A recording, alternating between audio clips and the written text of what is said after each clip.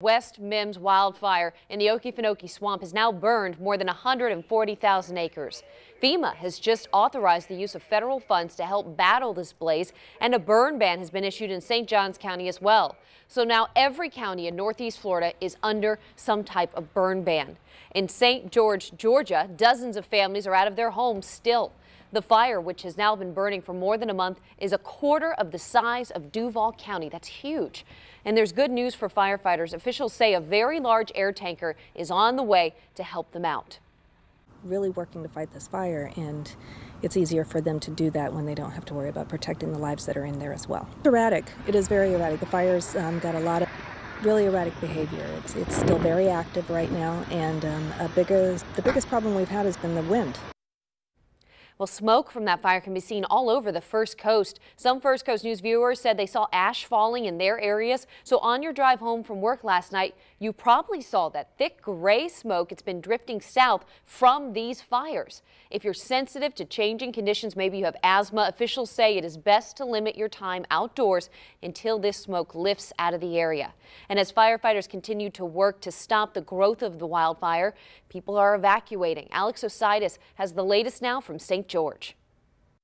Back down this road is where all those evacuations took place, but you can see here, this is State Road 94. That is where that fire jumped over yesterday. Crews still going down there today, making sure that it doesn't spread anymore.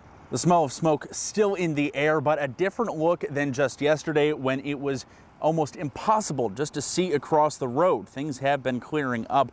Now, firefighters have been using different tactics, including fighting this from the air and on the ground. We've learned that a very large air tanker, a VLAT, has been summoned from the West Coast. It actually arrived in Chattanooga, Tennessee last night, and that is where it fueled up and added thousands of gallons of fire retardant. 8 large helicopters have also been used on this fire, but on the ground, it's bulldozers and more than 600 firefighters called from across the country to help fight this fire.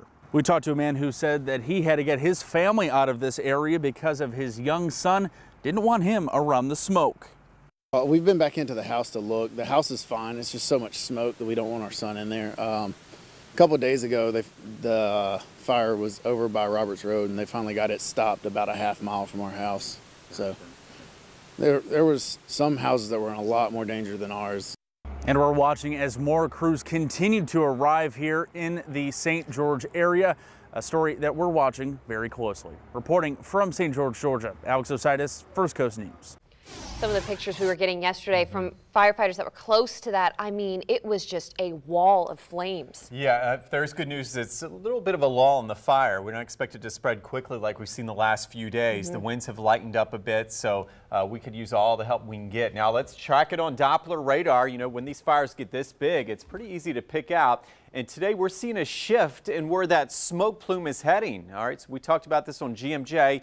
You can really make out the little green plume, and then you see some yellows here. So that's where that fire is burning hot. And notice, instead of moving right toward Duval and the I-95 corridor like yesterday, moving toward I-10 West and more toward the Interstate 75 corridor as we head through the afternoon. So the difference is, yeah, we don't have that atmospheric wind coming out of the northwest like yesterday, so we're going to see more of an east to southeast flow as we head through the afternoon. Now we take a look at our future cast at 5 o'clock and notice most of the smoke, the thickest smoke, well west of Duval. Okay, you got to go out towards Sanderson, northern Baker County, southern Ware and Clinch County, even portions of Columbia County. We'll have to watch in some of that smoke. So right now, smoke blowing west, but the winds are going to shift back to the east.